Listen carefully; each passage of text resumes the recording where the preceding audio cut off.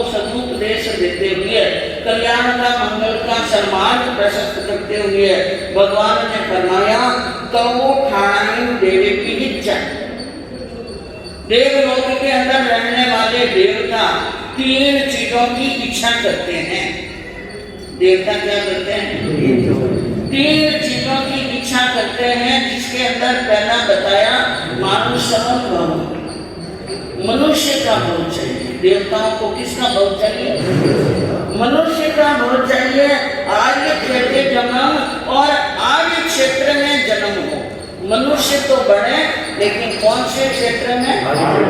आर्य क्षेत्र में हमारा जन्म हो और सुकुल बचाए, और आर्य क्षेत्र के अंदर भी उत्तम कुल में क्या हो? उत्तम कुल में जन्म हो। यह 3 बातों की इच्छा देवता करते हैं कि मैं मनुष्य बनूं, आर्य क्षेत्र में जन्म लूं और उच्च कुल में जन्म लूं। जो इच्छा देवता करते हैं वो चीजें हमें प्राप्त हुई कि नहीं? समझ लो हम ही देवता थे पहले तो। समझने में क्या लगता है? समझ लो, क्योंकि हम देवता तो बने ही हैं। क्या बने? कोई डाउट है क्या कि हम देवता नहीं बने? 84 लाख जीवन जरूर है, अनंत अनंत बार जाके आए, तो कौन सा देवलोक की योनि छूट गई?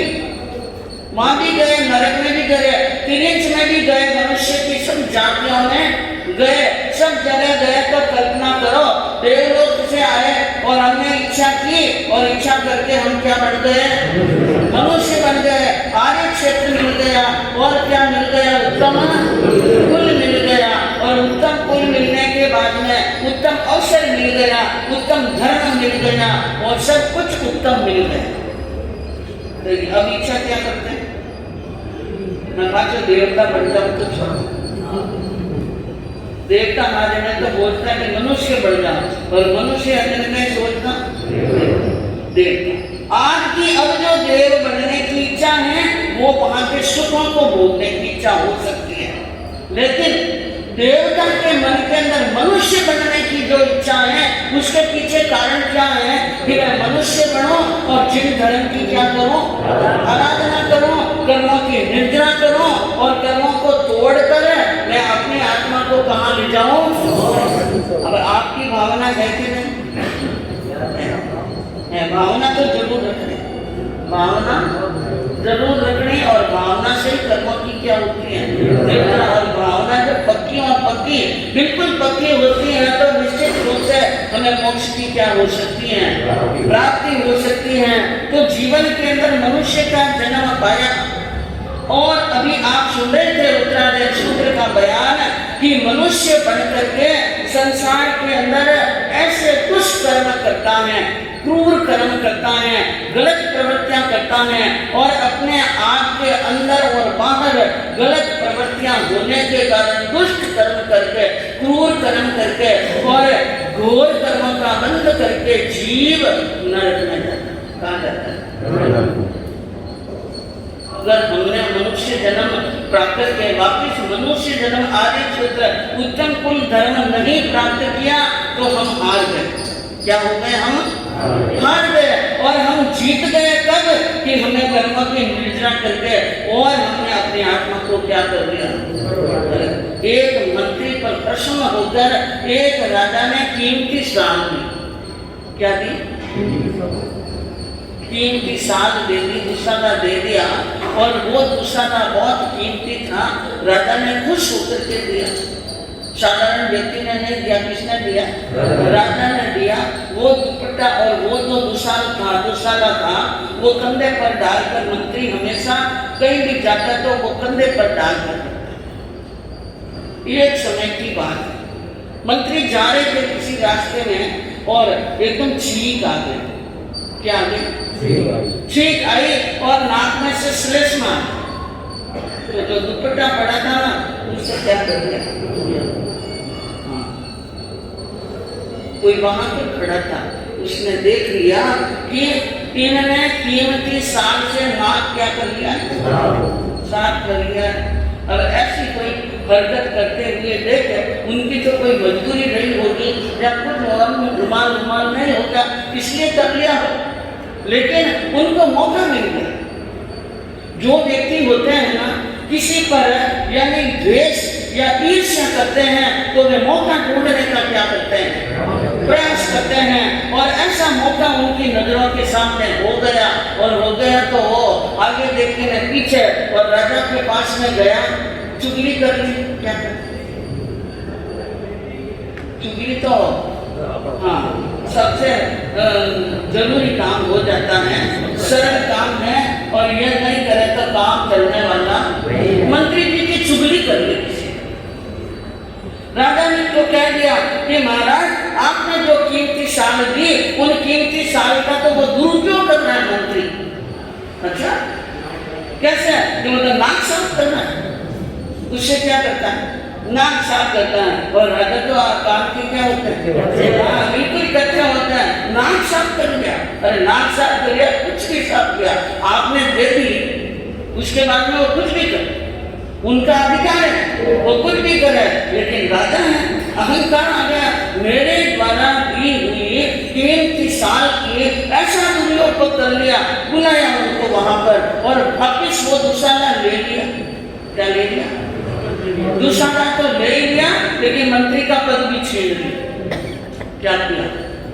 मंत्री का पद छीन लिया, दुशाला ही नहीं लिया, दुशाला भी ले लिया, और कुछ अनुशंस सुना भी दिया, और मंत्री का पद भी छीन लिया, और राजकीय सुख और सुविधा थी उन पर भी क्या लग गया, प्रतिबंध, और कह दिया मंत्री को कि मुंह मत दिखाना। क्या मत दिखाना? मुंह मत दिखाना। अब आप देखो इतने वर्षों से वो मंत्री पद पर थे, टेंशन में आ गए, घर पर बैठ गए, अब घर पर मन लगने वाला नहीं। जो व्यक्ति राजकीय सभा के अंदर शोभा प्राप्त करते हैं, उनका एकदम घर पर जाना, अपमान हो जाना, उनको बहुत दुख हुआ, और बहुत दुख हुआ तो वो यानी कभी कभी आंसू बहाते, टेंशन के अंदर बहुत गमगीन रहते थे, चिंता के अंदर। और एक बार ऐसी स्थिति के अंदर कोई महात्मा जी से उनकी भेंट हो, और उतना बुरा चेहरा देखकर महात्मा जी ने बात पूछी, सारी बात बता दी।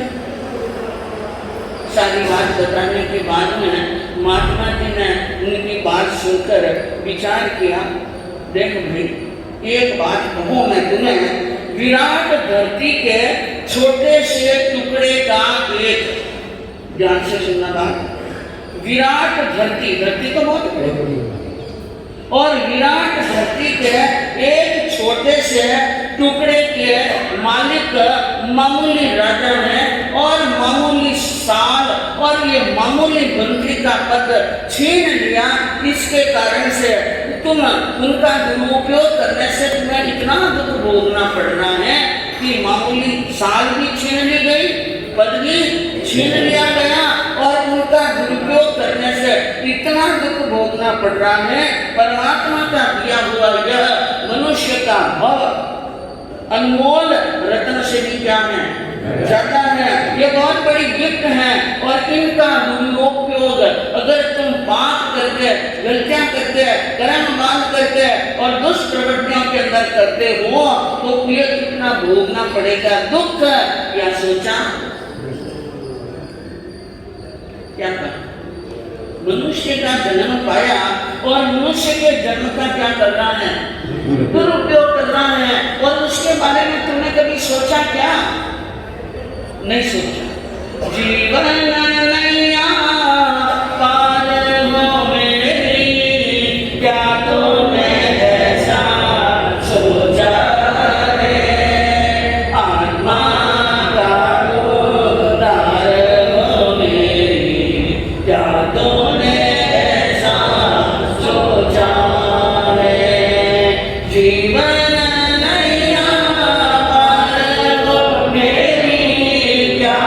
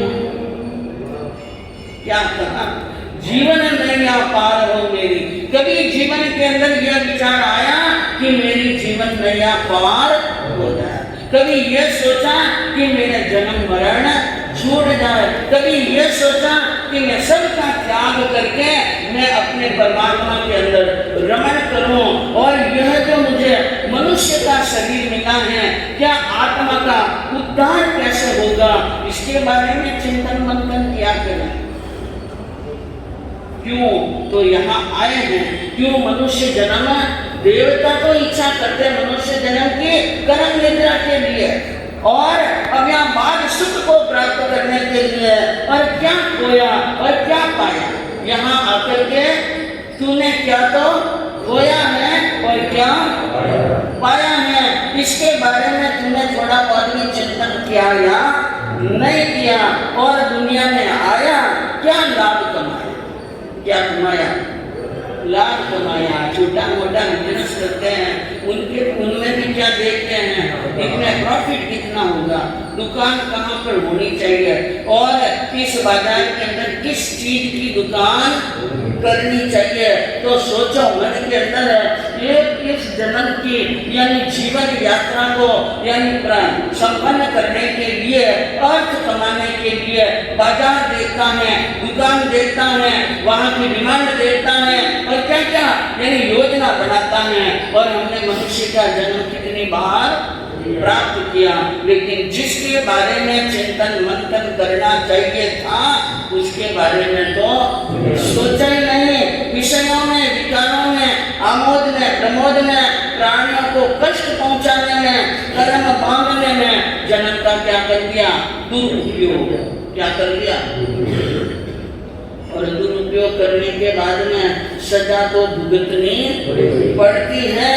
इसलिए ज्ञानियों ने कहा कि मनुष्य को अपने जन्म के अंदर, अपने जीवन के अंदर गुणवान बनने के लिए, अपने जीवन के अंदर पुण्यवान बनने के लिए आत्मपुरुषों की वाणी में जो उपदेश दिया गया है, उन उपदेश को आत्मा के साथ में साक्षात्कार करना, आत्मा के अंदर उनका क्या करना है, हमें अपने जीवन में तोड़ते हुए आचरण में लाना है कि हम अपने जीवन को धीरे धीरे क्या करें, हम जीवन के अंदर धीरे धीरे सही परिवर्तन लाना सीख जाए, मन को मोड़ना सीख जाए, और धीरे धीरे जब हमारा मन सन्मार्ग पर लग जाएगा तो कर्मों की क्या होगी, हमारे अंदर ना तो इतना समय है, न इतनी हमारी आत्मा की शुद्धि है, न इतना बल है, न इतनी प्रज्ञा है।